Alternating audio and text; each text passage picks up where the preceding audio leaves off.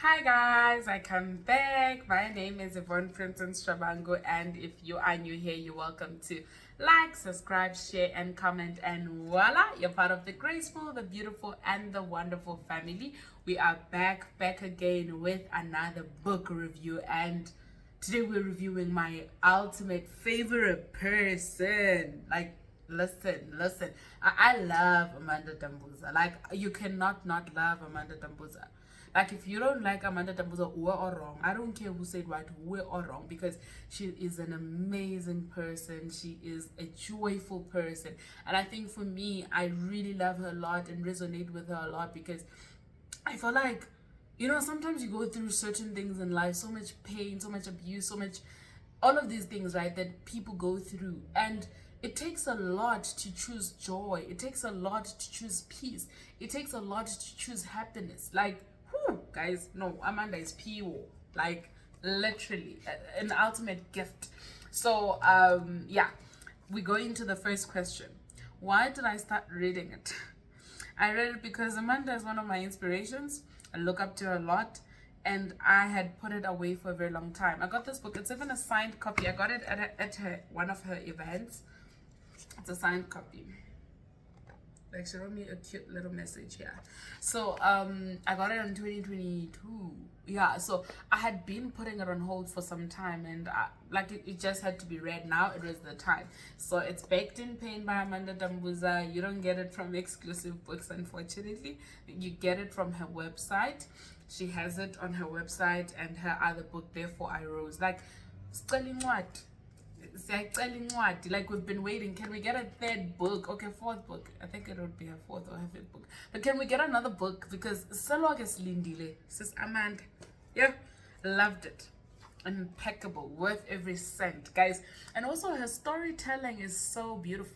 Like, I really love her nature of telling stories. Like, she makes you see it. And I think for me also, I really love some of the things she touched on, the reality of South Africa, her experiences. Like, when she was narrating her experiences, she didn't negate the reality of the country. She didn't negate the fact that some of the issues that she faced back then are still happening.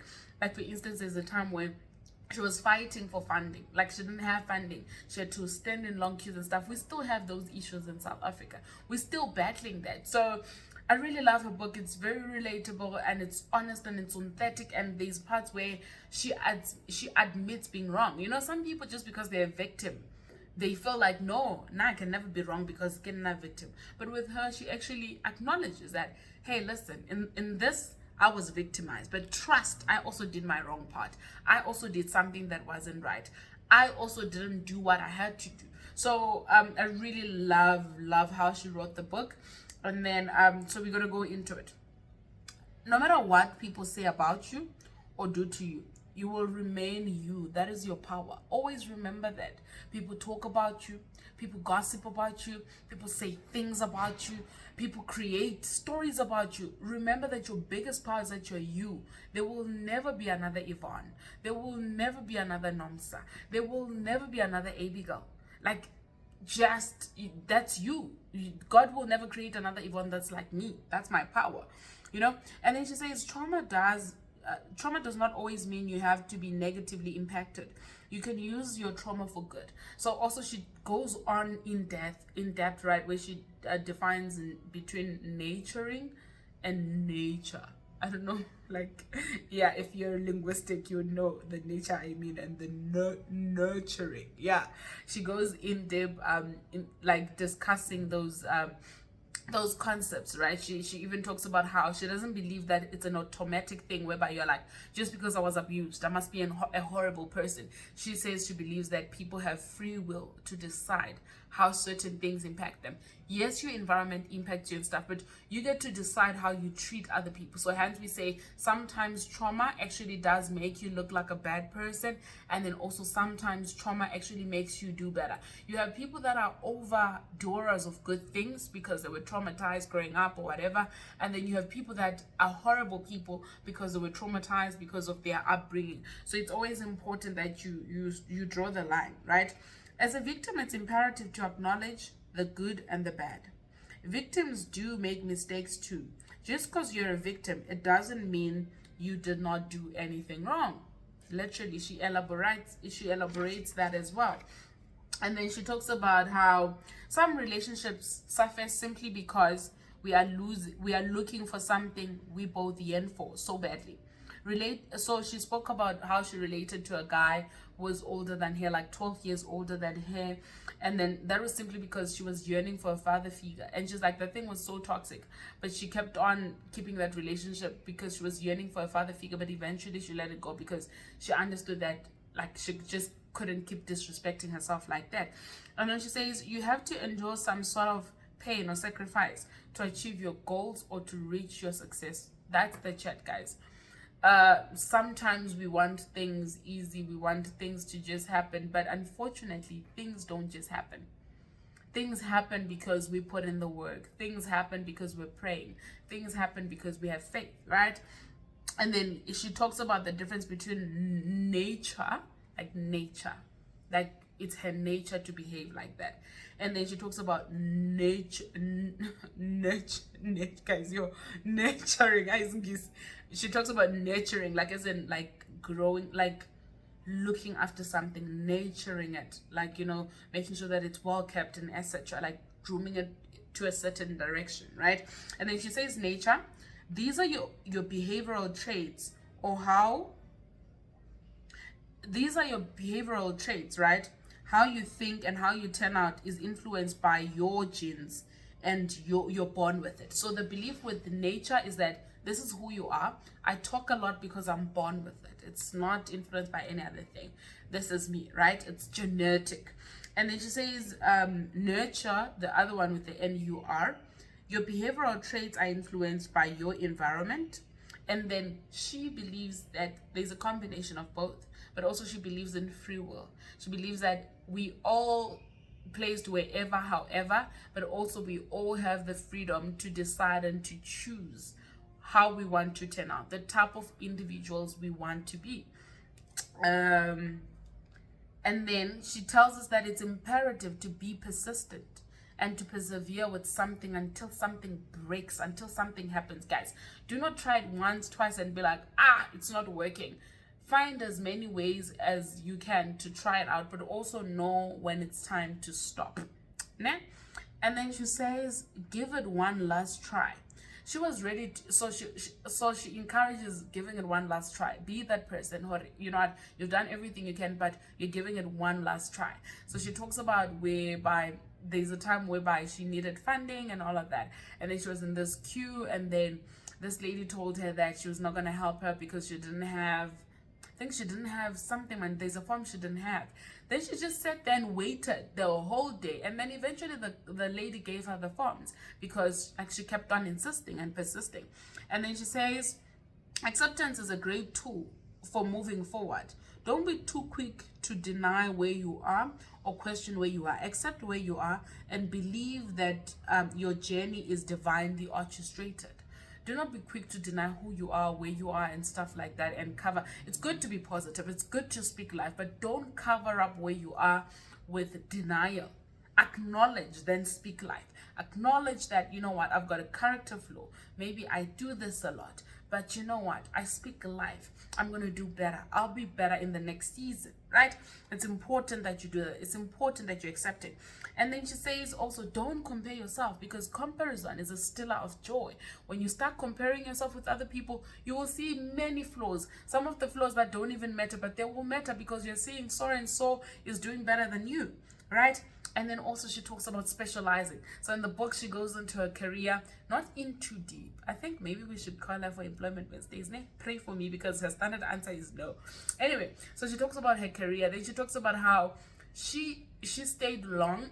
She put in hard work in her career, in her positions, because she wanted to learn. She was always open to learning, open to growing, open to do better. She was performing. She was an overperformer. She was performing more than everybody else in the room because she understood that she needed to elevate, right? And then she was so deliberate with her dreams. She knew that she needed to have that dream life that she was dreaming for herself. She knew that she couldn't go back to the pain, the traumas that were happening back home. Like, she knew that something had to break. So she literally specialized. Like she specialized, made sure that she knew better. She was excellent in the job. She grew and all of that, and eventually grew out, right? And then she says it's important to be well-traveled. Diversify your knowledge. Go all over the world, wherever the world. If you can't afford, start within South Africa, guys. South Africa is beautiful. We should never ever lie to each. South Africa is beautiful. Start la in Mpumalanga la. And like in Mpumalanga, start here in Pretoria. Like, South Africa is beautiful. So teach yourself to travel. And when you travel, engage with people, talk to people. Want to know about their culture. Want to know about why they do certain things, how they do them, you know? And then, she talks about how, yes, we forgive people that didn't say sorry to us. But it's imperative that you actually say sorry, apologize. When you've done someone wrong, actually apologize. Yes, people will forgive you before you even say sorry, but sometimes just say sorry. Like, it makes a difference. I know I sound like I'm shouting. It makes a difference. It does make a difference, right? And then she talks about how our lives are divinely orchestrated. She tells us that our lives, there is no mistake that you are Yvonne Shabangu. There is no mistake that you're born in that family. Like she talks about, I love that part so much. She consistently talks about how she doesn't regret being given birth by her mother. She even talks about how, if anything, she's thankful that her mother carried her and she will continue to honor her. You know, like what manner of maturity, what manner of love. And also what I love, she acknowledges that it has taken me so much work. It has taken me life coaches, therapy, this, that, that. And she also encourages trying different things. She talks about starting a business, starting like different things, right? She talks about that. You know, she talks about put yourself out there, do something, learn something, learn a skill, specialize, expertise, you know? And I think, I don't know if I'm being trolled or what, but at least 3 books I've read consecutively, they keep on saying the same thing, specialize. People must know that when Yvonne comes, every other labor specialist must sit down because she's an expertise, you know? And not even from a disrespectful perspective, but people must know how great you are in whatever craft that you're in. Specialize. It's good to be diversified. You're diverse and all of that, but have that one thing that you can do so good. And she talks about having the importance of honing your skills. Hone your skills. Make sure that you're good at something. Make sure that you're elevating that thing. Make sure that you're passionate. Reading about it, do it better. And then she also talks about importance of traveling, importance of having a family unit, importance of letting go. You know, she talks about the importance of joy, gratitude. And then she goes also into her marriage. She talks about how her husband loved her and how she was never about marriage. She was never about all of that. But it happened. She married her husband, she had a child, and she talks about her health as well. You know, sometimes it's easy for us to think people have it easy and stuff, but when she narrated her story about her health, I was like, oh my God, Amanda, the dancer, the happy person, you went through so much. You know, she encourages making sure our health is in good standing. Yo, good standing. Okay, new melly bed. Anyway, so she talks about that. She goes into her marriage, how her husband loved her, and then she talks about how she's made losses, and she makes an example where she took their money, she put it into a business, she franchised a business. It went terribly. She lost their money, and she's like, her partner had encouraged that she gets a loan. And she's like, no, she used their money. And it caused a rift, it caused tension in her marriage. But she's like, they worked it through because they had each other. They had each other. And she tells us how her home is. I love how she talks about this beautiful tree that she has at her home.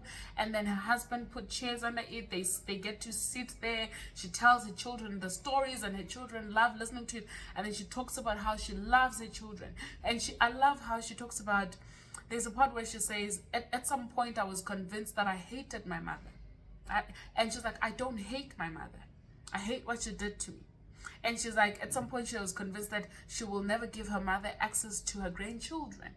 But she's like, no, her grandchildren are her grandchildren. She's entitled to that. And she's afforded her the ability, in as much as she was abused, she was neglected, she wasn't looked after, she was always, you know. And then also she goes into her siblings, she has siblings, she goes into their relationship and all of that.